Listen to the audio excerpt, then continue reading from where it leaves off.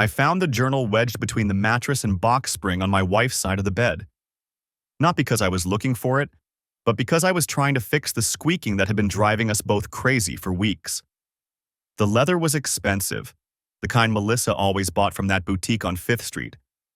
I wouldn't have opened it at all, except my name caught my eye on the first page I accidentally glimpsed. David doesn't suspect anything. My hands went numb. David doesn't suspect anything.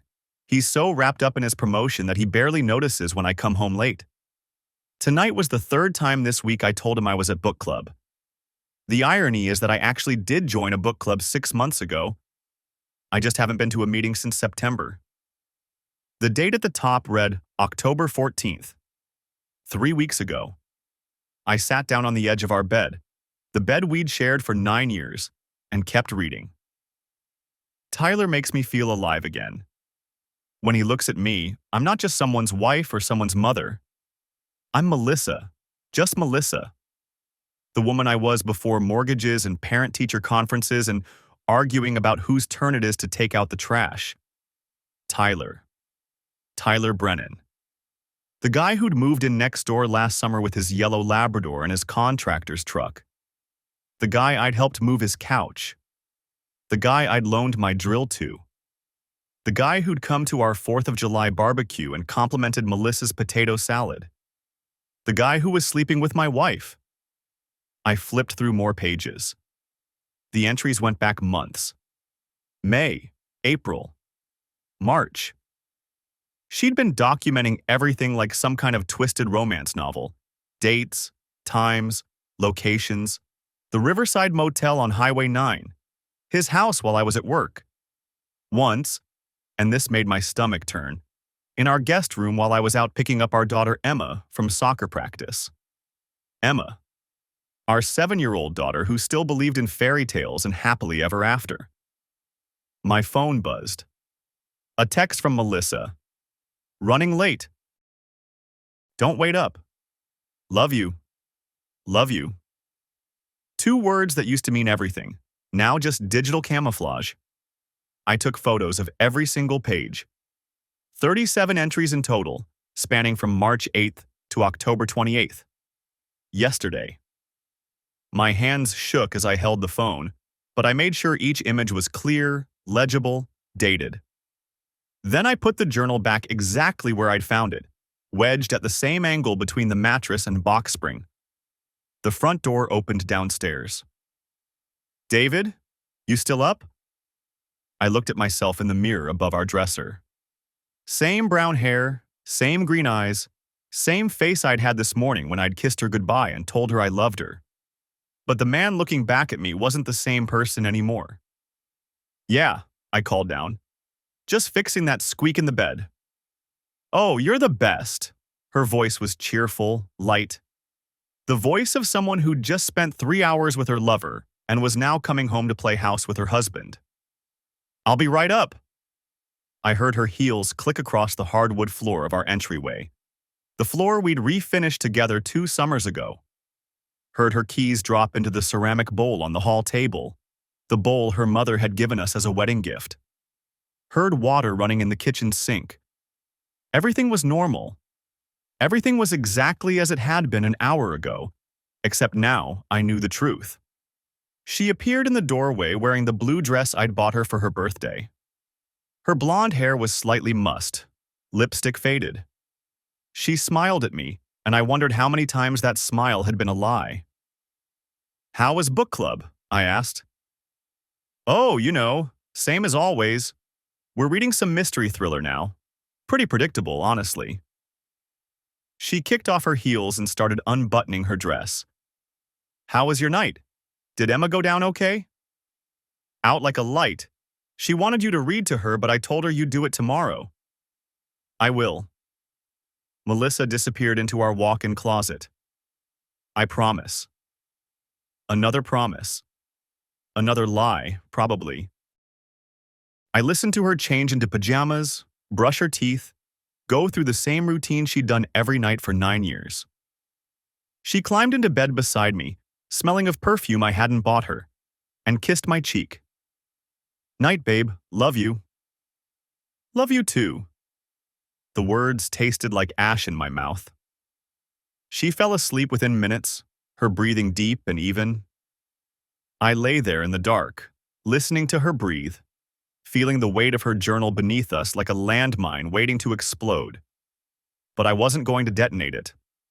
Not yet.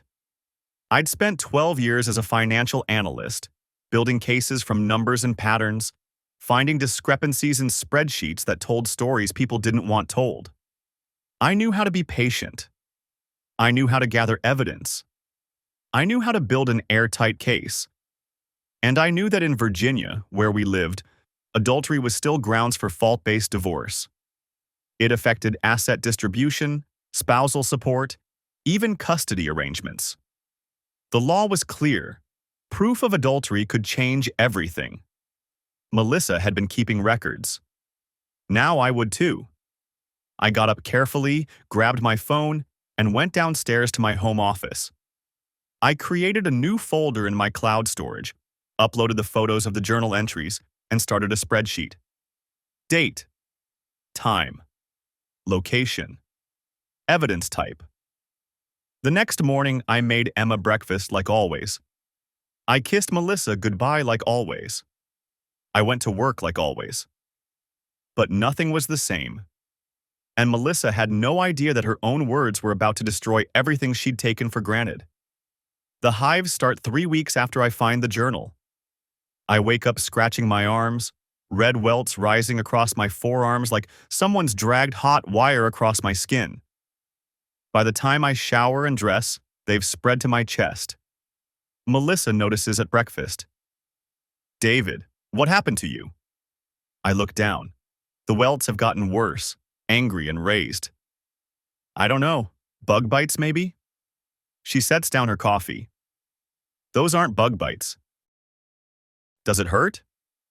"Itches like hell." Emma stares from across the table, a spoonful of cereal halfway to her mouth. "Daddy looks sick." "I'm fine, sweetheart." I force a smile. The itching intensifies. Melissa walks over, examines my arms without touching them. "You should see a doctor. That looks like an allergic reaction." "Probably something I ate." "Did you eat anything unusual?" I think back through yesterday. Same routine, same meals.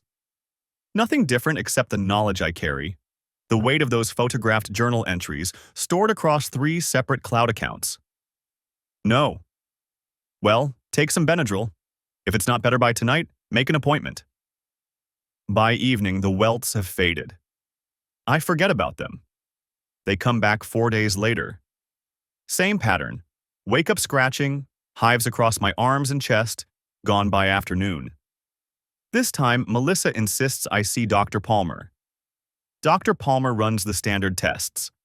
Allergies to common foods, environmental factors, pet dander, even though we don't have pets. Everything comes back negative. It's idiopathic urticaria, he says, which is doctor speak for "we have no idea." He prescribes antihistamines and tells me to keep a diary of everything I eat, everywhere I go, everything I touch. The attacks continue. Always at night.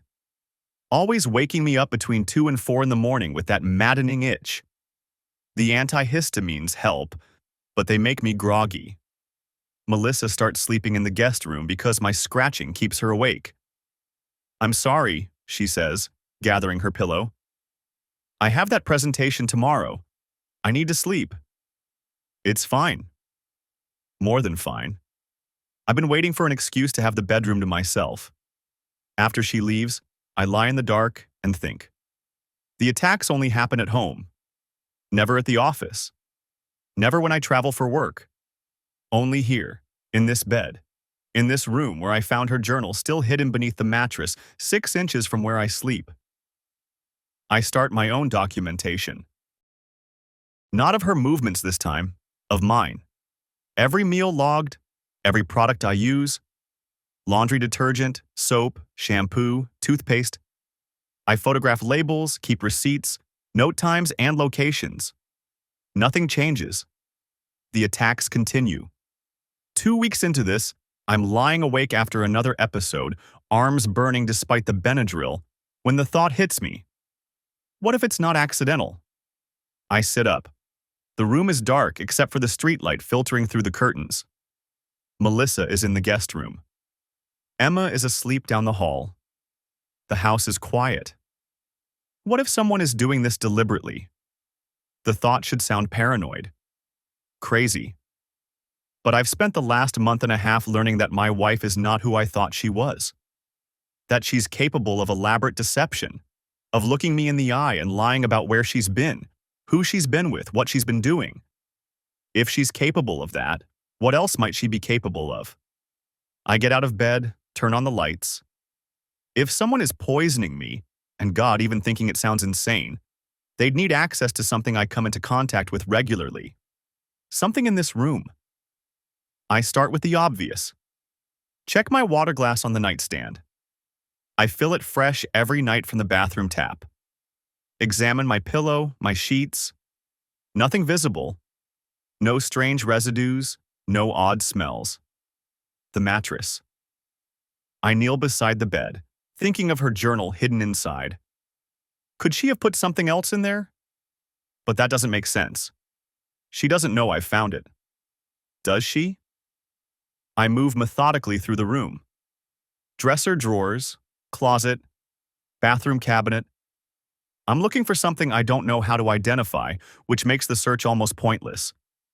But I keep going because the alternative is going back to sleep, and I can't do that. Not now. Not with this thought in my head.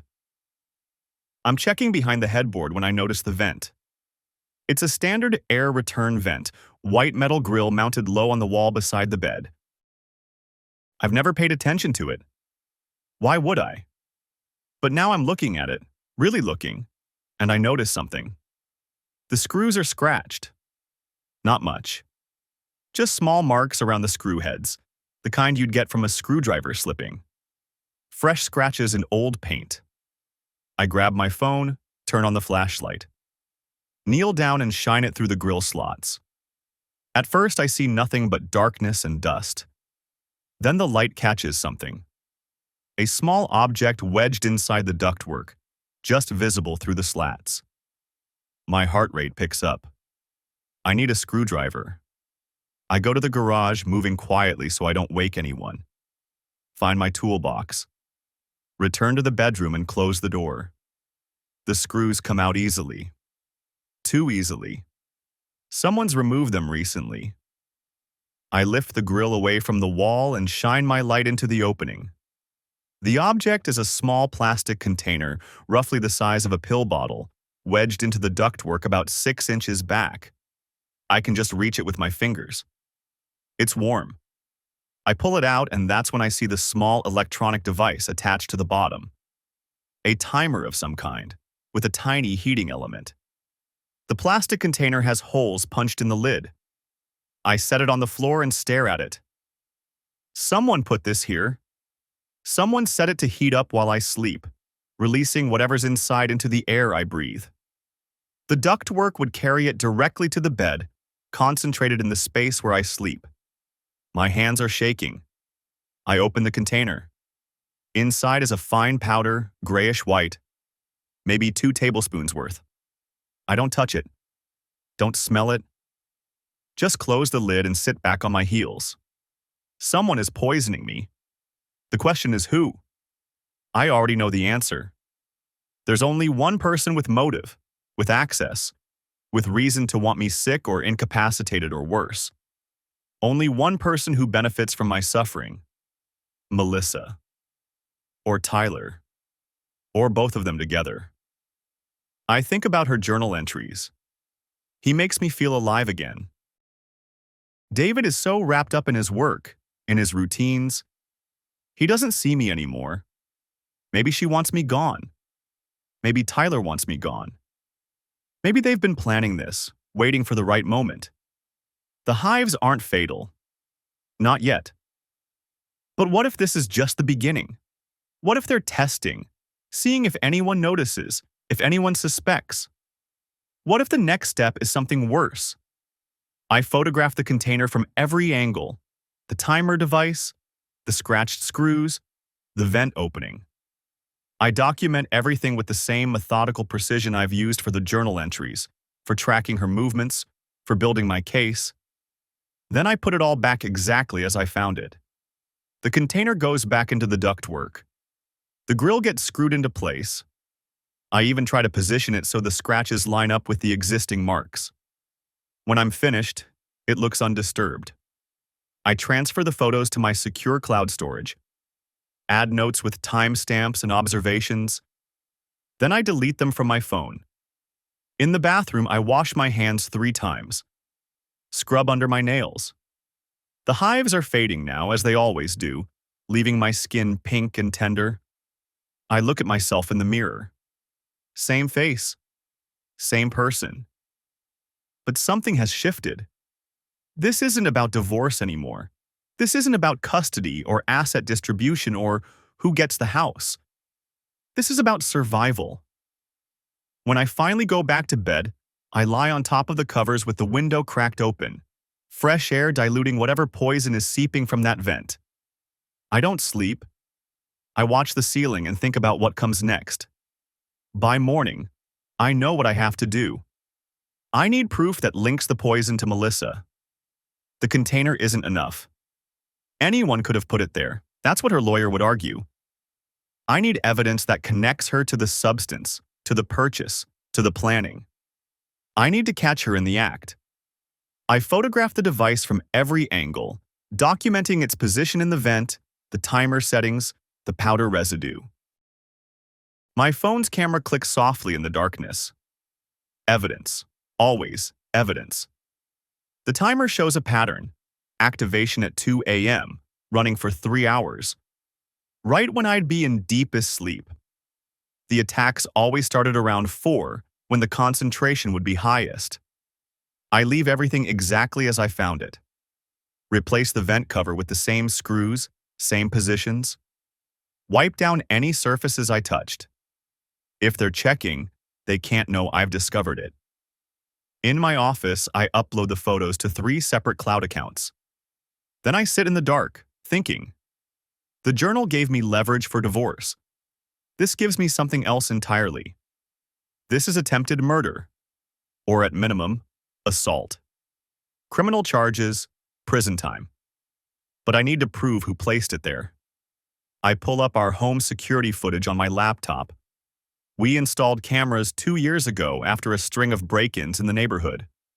Front door, back door, garage. Melissa insisted we didn't need one inside. I don't want to feel watched in my own home. Now I understand why. I scroll back through the footage, looking for anything unusual. The cameras capture anyone entering or leaving, but not the interior hallways. Someone could easily access the bedroom vent without being recorded. 3 days ago, Melissa left the house at 9 a.m., returned at 10:47 a.m. The grocery bags she carried in couldn't have taken more than 30 minutes to purchase. An hour and 47 minutes for a quick grocery run. I check her location history on our shared phone plan. She was at the grocery store for 23 minutes. The rest of that time? No location data. Phone turned off, probably. Tyler's truck wasn't in his driveway that morning. I remember because I was working from home taking calls in my office. His usual parking spot was empty from 8:30 a.m. until just after 11 a.m. I pull up the neighborhood Facebook group, scrolling back through posts. Someone mentioned seeing a contractor's truck at a hardware store that morning. Tyler's company. The timestamp? 9:15 a.m. But hardware stores have security footage. Receipts. Credit card transactions. I need something more direct. I spend the next 2 hours researching the powder.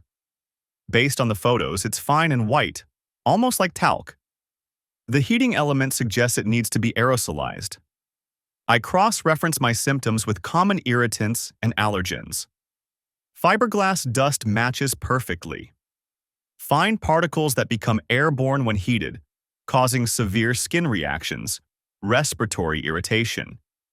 Not lethal in small doses, but cumulative exposure could cause serious damage. And it's virtually untraceable in standard allergy tests. Doctors look for antibodies to proteins, not physical irritants. Someone with construction knowledge would know this. Someone who works with insulation and building materials daily. Tyler. But Melissa would have to let him in. Give him access. Stand watch, probably, while he installed it. My wife and my neighbor working together to poison me in my sleep. The why still bothers me. The journal suggests they want to be together, but why not just divorce? Virginia's adultery laws favor the innocent spouse, sure, but it's not like I'd get everything.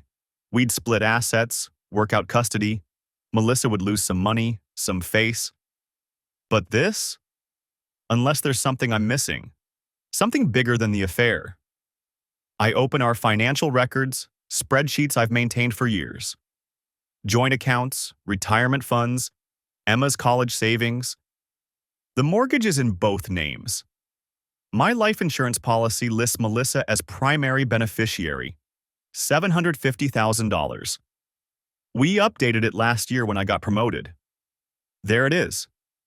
If I died, she'd get $750,000 plus half of everything else.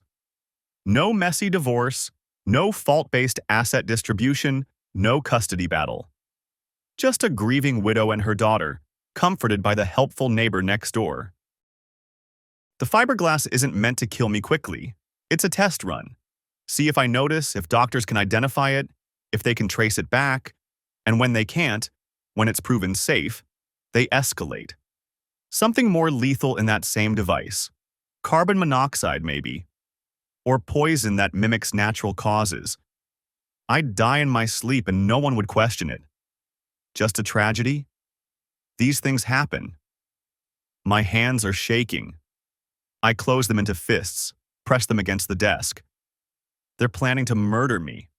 Not just poison me a little, make me uncomfortable. Actually kill me. For money and freedom and whatever future they've imagined together. I think about Emma, 7 years old, losing her father. Growing up with Tyler as a stepfather, never knowing he helped kill her dad. Melissa collecting the insurance money, playing the devoted single mother. Number 1. I need proof. Hard, undeniable proof that links them both to this device. The next morning, I call in sick to work. Melissa's already gone. She has an early meeting, she said. Emma's at school. The house is empty. I go to Tyler's house. His truck is in the driveway, but he's usually on job sites by 8 a.m. I wait 30 minutes watching from my office window. At 8:47, he comes out, tool belt slung over his shoulder, coffee thermos in hand. The truck backs out, heads down the street. I give it 5 more minutes. Then I walk over. His back door has always had a faulty lock. He mentioned it at a neighborhood barbecue last summer, laughed about how he kept meaning to fix it. Contractor's house is always the last one that gets repairs, he'd said. I try the handle. It turns. Inside, his house smells like coffee and sawdust. The layout mirrors ours. Same builder, same floor plan. I know exactly where to look. His home office is cluttered with blueprints and invoices.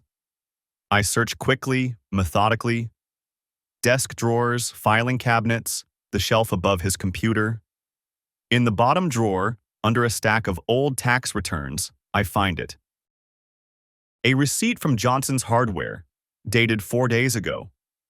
The items listed: fiberglass insulation sample, heating element, small, digital timer, ventilation duct adapter. I photograph it with my phone, hands steady now. This is what I do. I find discrepancies, trace patterns, build cases. There's more. A notebook with handwritten notes. My name at the top of one page. Below it, bedroom vent, NE corner. Timer, 2 to 5 a.m. Test dose, 2 weeks. Monitor reaction. And below that, M confirms he's not suspicious. Sleeping pills working. Deeper sleep, less likely to wake. Sleeping pills. I think about the past 2 weeks. Melissa bringing me tea before bed. "You've been so stressed," she'd said. "This will help you relax." And I'd drunk it every night, trusting her. I photograph every page of the notebook.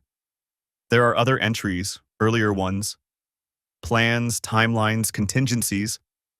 They've been working on this for over a month. One page stops me cold. Life insurance payout, $750,000, split 60-40, M wants 70-30, negotiate. They're already dividing my life insurance money. I hear a truck engine outside. Through the window, I see Tyler's pickup pulling back into the driveway. He forgot something, or came back to check on something. I have maybe 30 seconds before he comes through that door. I close the notebook, slide it back exactly where I found it, close the drawer. Move quickly but carefully toward the back door. My heart hammers against my ribs. The front door opens as I slip out the back. I walk calmly across our adjoining yards, not running, not looking back. Just a neighbor who stepped outside for fresh air. If he sees me, I was checking the mailbox, getting the newspaper. Normal things. Inside my house, I lock the door and lean against it. I have everything now. The device, the receipt, the notebook, the plans. Evidence of conspiracy to commit murder. Both of them, documented in Tyler's handwriting, purchased with his credit card. But I still need the final piece. I need them caught in the act. I pull out my phone and order a hidden camera online. Overnight shipping. It'll arrive tomorrow, small enough to hide in the bedroom, motion-activated, cloud-connected. Then I'm going to put the vent cover back exactly as they left it. Take my sleeping pills, like always. And wait. When they come to escalate their plan, to replace the fiberglass with something lethal, I'll have them on video. And then, I'll have everything. The camera arrives on a Thursday afternoon in a plain brown box. I sign for it while Melissa's at her Pilates class, the one that runs until 3, giving her a convenient 2-hour window. I now understand she's never actually spent exercising. I set it up in my office with the door locked. The device is smaller than I expected, about the size of a deck of cards, with a magnetic mount and motion-activated recording. Battery life, 72 hours, more than enough. The question is where to place it. The bedroom vent is the obvious answer, but Tyler would spot it immediately when he services the device. I need something with a clear view of both the vent and whoever's tampering with it. Somewhere they won't think to look. I study the bedroom from the doorway. The smoke detector sits in the far corner, its red LED blinking every 30 seconds. Too far from the vent, wrong angle. The bookshelf offers decent coverage, but Melissa dusts it every Sunday. The dresser is too low. Then I see it. The air purifier on Melissa's nightstand. She bought it 6 months ago, claiming she read an article about indoor air quality. I remember thinking it was another one of her health kicks, like the juice cleanse or the essential oils. Now I understand. It was set dressing, another prop in her performance of the concerned wife trying to improve our home environment. The irony would be funny if it weren't so calculated.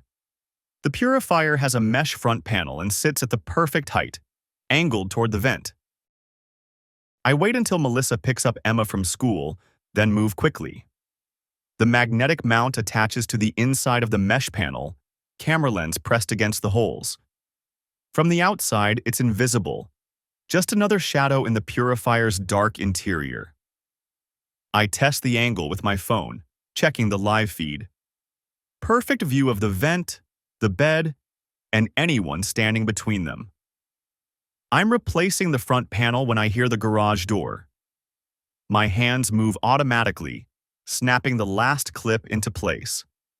I'm sitting on the bed, phone in hand, scrolling through nothing when Melissa appears in the doorway.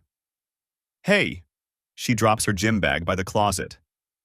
"How was your day?" "Fine, quarterly reports." She moves to her nightstand, and my pulse spikes. Her hand reaches past the purifier to grab her water bottle. She takes a long drink, studying me. You look tired. Didn't sleep well. The hives again? I nod. She's good.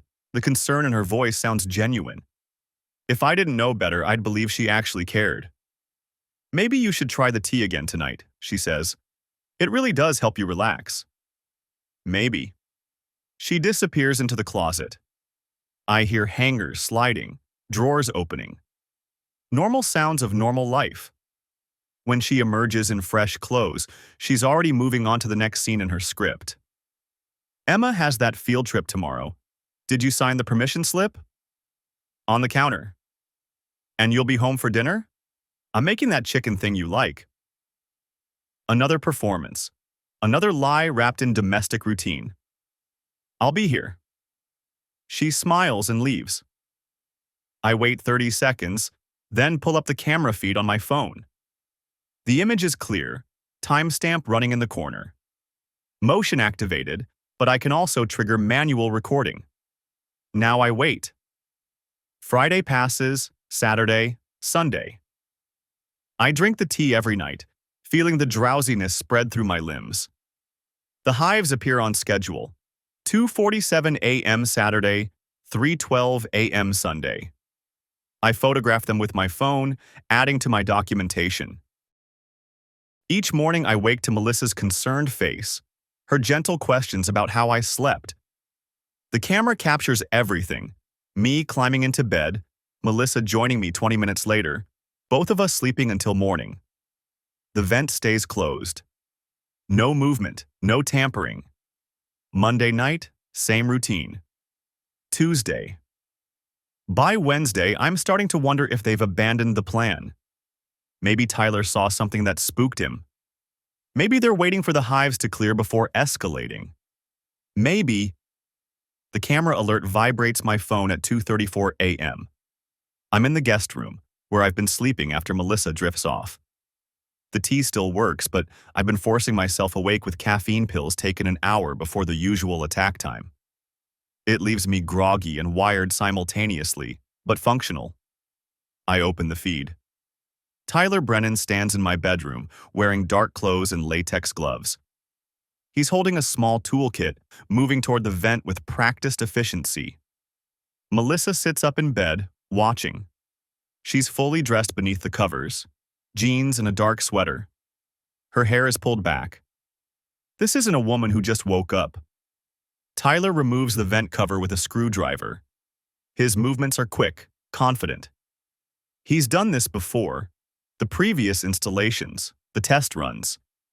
He reaches into the duct and withdraws the device I saw last week.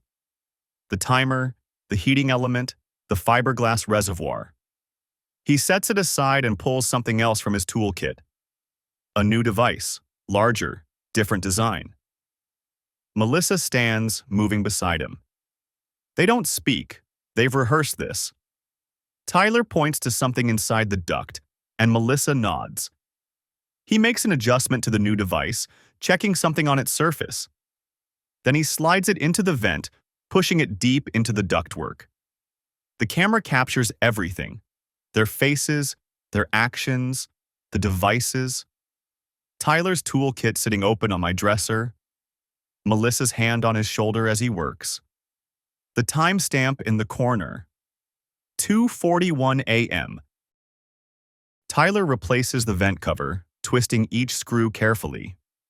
He packs his tools and Melissa hands him the old device.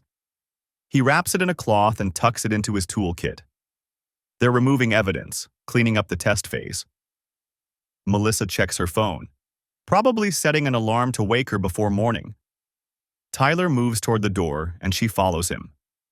They pause in the hallway and Tyler leans in close, whispering something I can't hear. Melissa nods. Then he's gone, and she's sliding back into bed, pulling the covers up, arranging herself in a sleeping position. The whole operation took 11 minutes. I save the video file, upload it to 3 separate cloud accounts, and email it to myself with a timestamp. Then I sit in the dark guest room, phone in my hand, watching my wife pretend to sleep. The new device is in the vent. Whatever it releases, it's not fiberglass. This is the escalation, the real attempt. They're done testing. I should call the police right now, show them the video, the evidence from Tyler's house, the journal. Let them handle it. But I don't move. Because calling the police means Emma wakes up to squad cars in the driveway. It means explaining to a 7-year-old why her mother is being arrested. It means immediate chaos, protective services, emergency custody arrangements. Emma crying, confused, traumatized. And it means Melissa might talk her way out of it. Good lawyers, reasonable doubt, claims of misunderstanding. Tyler takes the fall, Melissa plays the manipulated victim. I've seen enough legal cases to know how these things can twist. Number 1. I need this airtight. I need documentation they can't explain away. I need to let them think it's working. The realization settles over me like cold water.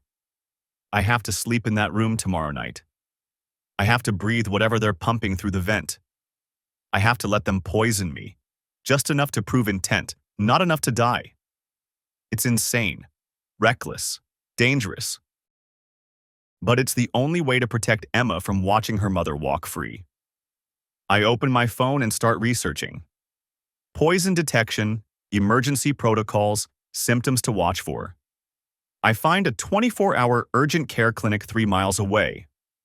I program the address into my GPS, set multiple alarms on my phone. Then I draft an email to my attorney, attaching all the evidence, the journal photos, the hardware receipt, Tyler's notebook, tonight's video. I schedule it to send automatically at 6 a.m. if I don't cancel it. A dead man's switch. The sky is starting to lighten when I finally lie back down. In a few hours, Melissa will wake up, make breakfast, ask how I slept. Emma will eat her cereal, grab her backpack, complain about her math homework. Normal morning. Normal life. Except tonight, I'm going to let my wife try to kill me, and I'm going to make sure there's no possible way she can explain it away. The scheduled email sits in my drafts folder, addressed to Robert Kaplan, my attorney.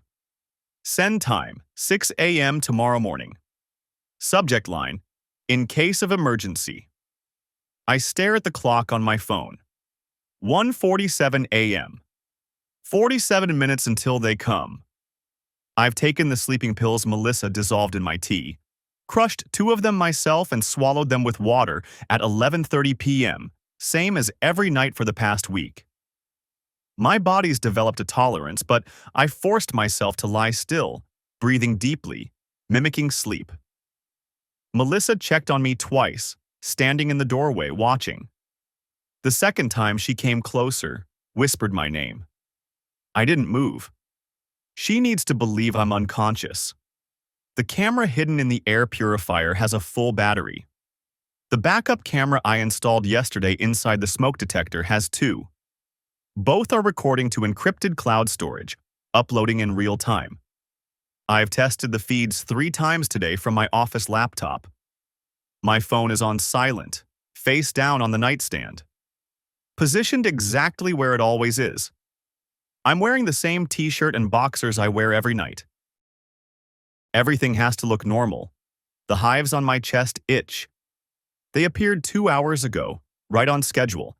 My body's learned response to stress, maybe, or the trace amounts of whatever they've been testing. Dr. Patel prescribed a stronger antihistamine, but I haven't taken it. I need to react. I need to show symptoms. I need them to think it's working. My heart hammers against my ribs. I focus on keeping my breathing steady, deep. In through the nose, out through the mouth. The meditation technique Emma's school counselor taught her after Melissa's father died last year. The irony isn't lost on me. 2:11 a.m. I hear it, the soft click of the front door. They have a key. Of course they do. Tyler's been in this house dozens of times. Dinner parties, birthday celebrations. That 4th of July barbecue where he brought potato salad and I grilled burgers and we talked about refinishing his deck. He shook my hand. Footsteps on the stairs. 2 sets.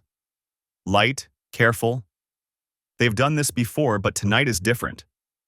Tonight isn't a test. The notebook I photographed at Tyler's house was explicit. Final dose. Respiratory failure within 2 to 3 hours. Symptoms mimic severe allergic reaction/anaphylaxis. Autopsy won't detect degraded compound. I don't know what's in that device. I don't know if Tyler's chemistry background from his 2 years at community college 15 years ago actually qualifies him to build something this sophisticated, or if he found instructions online, or if he's delusional and the whole thing will fail. I don't know if I'll wake up tomorrow. The bedroom door opens. I keep my eyes closed, my face slack. The sleeping pills have actually made me drowsy. That much is real. But adrenaline keeps me conscious, aware of every sound. He's out. Melissa's whisper. Close. She's standing right beside the bed. You're sure? Tyler's voice. Also a whisper, but rougher. Nervous. I gave him 3 tonight. He's not waking up. 3. She tripled the dose. A light flickers across my eyelids. Phone flashlight, probably. I don't move. Don't even twitch. Jesus, Mel. Look at his chest. The hives? That's from the test runs. It's working. What if someone connects it? What if they won't? You said it yourself. The compound breaks down. No trace after 6 hours. I said probably no trace. I'm not a... Do you want the money or not? Silence. Long enough that I almost opened my eyes. Then Tyler, yeah, I want it. Then stop talking and do it. Footsteps move toward the wall. The air vent. I hear the scrape of the grate being removed. They've done this enough times that the screws come out easily. Tyler must have loosened them during the installation. Metal on metal. Quiet cursing. What's wrong? Melissa, tense. Nothing, just, this fitting is tight. Give me a second. More scraping. A soft click. Timer set? Melissa asks. Yeah, 2:30. Same as always. And the concentration? 5 times what we used before. Mel, this is... If he breathes this for more than an hour, he'll have a severe allergic reaction. That's what we want. That's what the doctors have been documenting for weeks. But if they won't. We've been careful. You've been careful. Another pause. Okay, it's armed. Show me. A longer silence. I imagine Tyler holding up his phone, showing her the timer display. Showing her the device that's supposed to kill me in 28 minutes. 2:30 to 6:30, Melissa says. 4 hours. More than enough. He'll start reacting by 3. Respiratory distress by 4. You call 911 at 4:30, right when you wake up and notice he's struggling to breathe. And you're home, in bed, alone. Yeah. Tyler. What? I love you.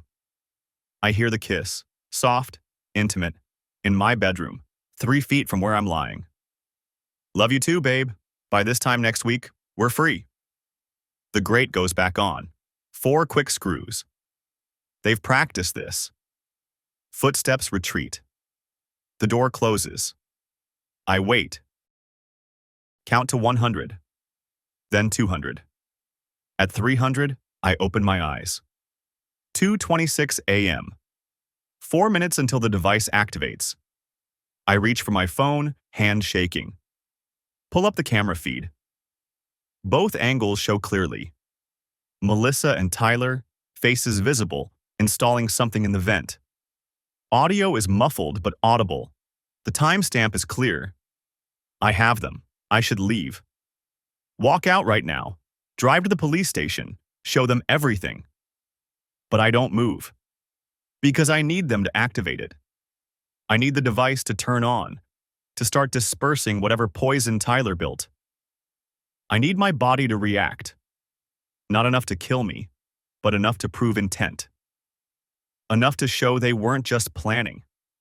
They acted. Attempted murder carries the same weight as conspiracy, but it's harder to defend against. My phone is in my hand. I've already dialed 911. My thumb hovers over the call button. 2:29 a.m. I hear it. A soft mechanical hum from the vent. So quiet I wouldn't notice if I weren't listening for it. The heating element, warming up, preparing to aerosolize whatever compound Tyler synthesized. The air smells faintly metallic. My throat tightens. I sit up, swing my legs off the bed. The room spins. The sleeping pills, or fear, or the first effects of whatever I'm breathing. I grab my phone, my wallet, my keys from the dresser. Move toward the door. My chest constricts. Not hives this time. Something deeper. I stop at Emma's room. She's sleeping at Melissa's mother's house tonight. Melissa arranged it 3 days ago, said she needed a break. Now I know why. She didn't want Emma here when I died.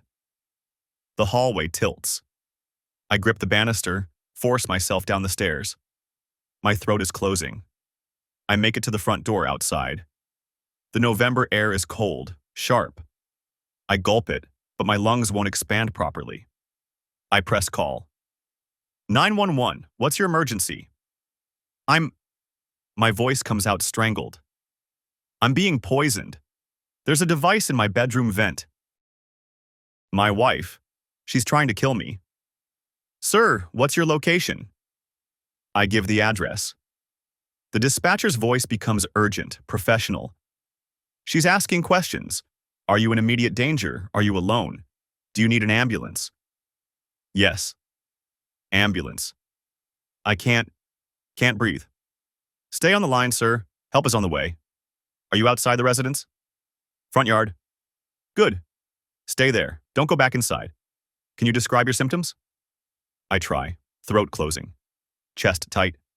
Burning in my lungs. Somewhere in the distance, sirens. The front door opens. Melissa, in her nightgown, backlit by the hallway light. She sees me on the lawn, phone to my ear, and her face goes through 3 expressions in 2 seconds. Confusion, recognition, terror. David? I don't answer. Can't answer. My legs give out and I'm on my knees in the grass, still holding the phone. The sirens are louder now. Melissa runs toward me, but I hold up a hand. Stop. What did you do? She asks. Her voice is shrill. David, what did you do? The ambulance turns onto our street, lights blazing. A police cruiser right behind it. I manage one word. Evidence. Her face goes white. The paramedics are beside me, asking questions, checking vitals. Oxygen mask over my face. The air tastes clean, pure. My lungs start to open. A police officer is talking to Melissa. She's crying, saying she doesn't understand, asking what happened. Another officer approaches me. Sir, you said there's a device? I nod. Point to the house. Bedroom, air vent, above the bed. He radios for backup. For a hazmat team. The paramedic checking my blood pressure says something about elevated heart rate, possible anaphylaxis, hospital transport. I pull the oxygen mask aside. My phone, camera footage, cloud storage. The officer leans closer. Sir? Everything's recorded, the installation, tonight, all of it. I give him my phone password, my attorney's contact information. Robert Kaplan, call him. Tell him to access the emergency files. Melissa is screaming now, saying I'm confused, that I'm having some kind of episode. The officer with her isn't buying it. More sirens, more vehicles. Our quiet suburban street is ablaze with red and blue lights. Tyler's house is dark. But as I watch, a light comes on in his bedroom window. He's awake. He heard the sirens. I wonder how long it'll take him to run. The hospital room smells like disinfectant and recycled air. I've been here for 6 hours now, hooked up to monitors that beep every few seconds, an IV dripping something clear into my left arm. The oxygen mask came off around dawn, replaced by a nasal cannula that lets me talk without my voice sounding like I'm underwater. Detective Brian Walsh sits in the vinyl chair beside my bed, a digital recorder between us on the tray table. He's maybe 50, with the kind of face that's seen too much but still bothers to care. His partner, Detective Amy Sutton, stands by the window taking notes. "Walk me through it again," Walsh says. "From the beginning." I've already told them twice, but I understand. They need consistency. They need details that don't change. "I found my wife's journal 3 weeks ago," I say. My throat still burns from whatever I inhaled. "Hidden under the mattress. She's been having an affair with our neighbor, Tyler Brennan. The journal documented their meetings, dates, times, locations. Some of them in our house, in our bed, while I was at work and Emma was at school." Sutton writes something down without looking up. "I photographed everything," I continue. "The journal, every page. I was building a case for divorce. Virginia law. Adultery affects the outcome. I wanted to be thorough." "But you didn't confront her," Walsh says. "No. I consulted with an attorney first. Wanted to understand my options, protect my daughter. I was going to file papers next week." Walsh nods. "Then you got sick." "Hives. Severe allergic reactions, but only at night, only in my bedroom. 3 different doctors, none of them could figure out what was causing it. Antihistamines barely helped." I pause, remembering the itching, the panic of not being able to breathe properly. I started thinking about what had changed. Nothing obvious. Same detergent, same soap, same everything. "So you investigated," Sutton says from the window. "I'm a financial analyst. I look for patterns, discrepancies. I checked everything. Air filters, cleaning products, even had the water tested. Nothing." I shift in the bed, careful of the IV line. Then I found the device in the bedroom vent. A timer, a heating element, some kind of powder dispersing into the air while I slept. Walsh leans forward. "And you didn't call the police then?" "I should have. I know that. But I needed to understand the scope of it first. Was it just Tyler? Was Melissa involved? I couldn't believe she'd actually try to kill me." The words taste bitter. "I was wrong." "You installed cameras," Sutton says. "Hidden cameras in the bedroom, pointed at the vent, and I kept taking the sleeping pills." Walsh's eyebrows rise. "The pills your wife was giving you?" "She'd been crushing them into my evening tea for weeks. I found the prescription bottle hidden in her bathroom drawer, prescribed to her by a doctor I'd never heard of, for anxiety. But she wasn't taking them. I was." I meet his eyes. If I suddenly stopped sleeping through the night, they'd know something was wrong. So I kept drinking the tea, kept pretending to be unconscious while they worked. "That was dangerous," Walsh says, but there's something like respect in his voice. "Everything was dangerous at that point." Sutton comes closer, flipping back through her notes. "The footage from 2 nights ago. You captured them installing a second device?" "At 2:34 a.m. Melissa unlocked the bedroom door. I'd started locking it, told her I was paranoid about Emma wandering in during one of my attacks. Tyler came in with her. They removed the first device and installed something new. I recorded the whole thing, including their conversation. About the life insurance, Walsh says. $750,000 policy through my employer. Tyler said something about the compound degrading, leaving no trace, making it look like I died from an allergic reaction, anaphylaxis. Melissa was worried about the timeline, wanted to wait another week. Tyler said no, that I was already showing symptoms, that waiting would be suspicious. My hands clenched the thin hospital blanket. They were arguing about when to kill me like they were debating what color to paint the kitchen. The room goes quiet except for the monitors. I let them activate it, I say. Last night. I needed them to actually attempt it, needed proof of intent. So I drank the tea, went to bed, waited for the timer. When I started feeling the effects, I got out. Called 911 from the front lawn. You almost died, Sutton says flatly. Better than actually dying and them getting away with it. Walsh picks up the recorder, checks something. The substance in the vent, preliminary analysis shows it's a compound containing capsaicin derivatives mixed with aerosolized glass particles. Inhaled, it causes severe respiratory inflammation, bronchospasm, potential asphyxiation.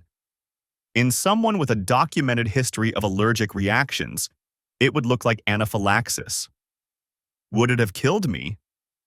The medical examiner thinks so, yes. Another few minutes of exposure, maybe less. I close my eyes briefly. Emma's face appears behind my eyelids. Her smile, her laugh, the way she holds my hand when we cross the street. I could have left her without a father. Or worse, left her with a mother who murdered me. Where's my daughter now? I ask. With your sister, Sutton says. We contacted her around 4 this morning. She drove up from Richmond, picked Emma up from a patrol officer at your house. Relief floods through me. Jennifer will take care of her. Jennifer will know what to say, how to explain this in a way that doesn't destroy everything. And Melissa? In custody, Walsh says. So is Tyler Brennan. They're being held separately, no communication. We executed search warrants on both properties. Found Tyler's notebook with the device schematics, purchase records for the materials, text messages between them discussing the plan. Your video evidence corroborates everything. Will it stick? I need to know. Will they actually be convicted? Walsh exchanges a glance with Sutton. It's strong, very strong. Attempted murder, conspiracy to commit murder. The physical evidence, the video, the documented affair providing motive. It builds a solid case. The prosecutor's already talking about denying bail. Melissa's attorney is going to argue she was coerced, Sutton adds. That Tyler manipulated her, that she was afraid of him. Classic defense strategy. She wasn't afraid of him, I say. I heard her voice on that recording. She was calculating. She wanted to know exactly how long it would take, whether there'd be an autopsy, how soon she could access the insurance money. That's not fear. That's planning. Walsh nods slowly. We'll make sure the jury hears it. A nurse comes in, checks my vitals, adjusts something on the IV. She smiles professionally and leaves without saying anything about why I'm here, what happened.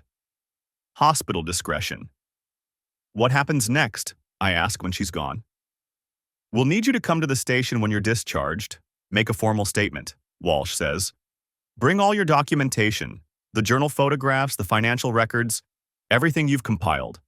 We'll need the original video files from your cameras, not copies. Chain of evidence. I have everything backed up in 3 separate locations. Cloud storage, external drive, and a safety deposit box at my bank. Smart, Sutton says. I work with numbers. I understand redundancy. Walsh stands, pockets the recorder. Doctor says they're keeping you another day for observation. Make sure there's no lasting damage to your respiratory system. We'll post an officer outside your room, just as a precaution. You think they'd try something here? No, but better safe. He pauses at the door. You did good, David. Most people wouldn't have had the presence of mind to document everything, to build a case while their life was being threatened. You gave us everything we need to put them away. After they leave, I lie back against the pillows and stare at the ceiling tiles. My chest still feels tight, my throat raw. Small price. I'm alive. Emma still has a father. And Melissa and Tyler are going to prison. My phone sits on the bedside table, powered off since the ambulance ride. I turn it on, wait for it to boot up. 17 missed calls from Melissa's number, all from before her arrest. 6 voicemails I'll never listen to. 3 texts from Jennifer. Emma's safe. She's asking about you. Call when you can. I text back. Tell her I love her. Tell her I'm okay. I'll see her soon. The response comes immediately. She knows. We'll be here when you're ready. Through the window, morning light spreads across the parking lot. Somewhere out there, Melissa sits in a cell, probably still trying to figure out where her plan went wrong. Probably still thinking she can talk her way out of this, charm a jury, play the victim. She can't. I made sure of it. The trial lasted 3 weeks. I testified on the 4th day, walking the jury through every piece of evidence with the same methodical precision I'd used to collect it. Melissa's attorney tried to rattle me during cross-examination, suggesting I'd fabricated the recordings, that my obsessive documentation proved I was unstable. The prosecutor destroyed that argument in redirect by playing the video of Melissa and Tyler installing the device, their voices clear as they discussed timing my death. Tyler took a plea deal on day 12. 20 years for attempted murder, eligible for parole in 15. His testimony sealed Melissa's fate. He described in detail how she'd approached him with the idea, how she'd researched my life insurance policy, how she'd been the one to suggest making it look like allergic reaction. The jury deliberated for 6 hours. Guilty on all counts. The judge sentenced her to 30 years. No possibility of parole for 25. Emma's in therapy now. Dr. Lisa Grant, a child psychologist Jennifer found, specializes in helping kids process parental betrayal. Emma knows her mother did something terrible, that she tried to hurt me. We don't discuss the specifics. She's 8 years old. She doesn't need those nightmares. But she understands that sometimes people we love make choices that change everything. She's resilient, stronger than I expected. She still cries sometimes, still asks when she can visit Melissa. I tell her the truth. Not for a long time, sweetheart. Maybe never. That's up to her when she's older. We moved 6 months after the trial. Sold the house. Couldn't stay there. Couldn't sleep in that bedroom knowing what had happened.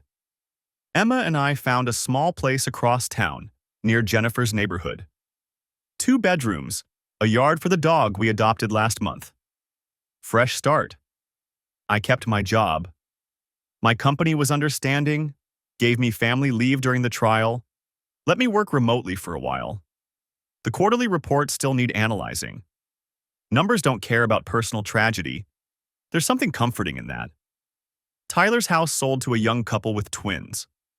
They wave when they see me at the grocery store, unaware of the history. I wave back. It's not their fault.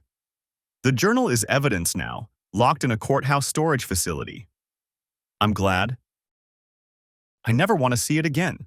Never want to read those entries about how invisible I'd become, how alive Tyler made her feel. That version of my life is over. Sometimes Emma asks if I'll get married again someday. I tell her maybe, but not for a long time. Right now, it's just us. We make pancakes on Saturday mornings. We watch movies on Friday nights. We do homework together at the kitchen table. Simple things. Safe things. I learned something through all of this, something I wish I'd understood earlier. Trust isn't the same as faith. Faith is blind. Trust requires verification. I'd had faith in my marriage, in Melissa, in the life we'd built. I never verified, never questioned, never looked beneath the surface until it was almost too late. People talk about trusting your instincts, but instincts can be wrong. Evidence doesn't lie. Documentation doesn't deceive. When something feels wrong, don't just feel it. Investigate it. Protect yourself. Protect the people who depend on you. Emma's laughing in her bedroom right now, video chatting with her best friend about some show they're watching. That sound, her happiness, her innocence preserved. That's what matters. I almost lost the chance to hear it. Almost let Melissa and Tyler take everything. But I didn't. I paid attention. I gathered proof. I acted when action was necessary. The hives never came back. Dr. Patel says the respiratory damage healed completely. No lasting effects except the memories, and those fade a little more each day. Last week, Emma brought home a drawing from art class. Our new house, rendered in crayon. 2 stick figures in front, one tall, one small. A yellow dog between them. The sun shining overhead. She'd written across the top in careful letters, "My family. Just the 2 of us. That's enough." I hung it on the refrigerator, right where I can see it every morning. A reminder that some things can't be poisoned, can't be destroyed by betrayal or lies or devices hidden in vents. Some things survive. We did.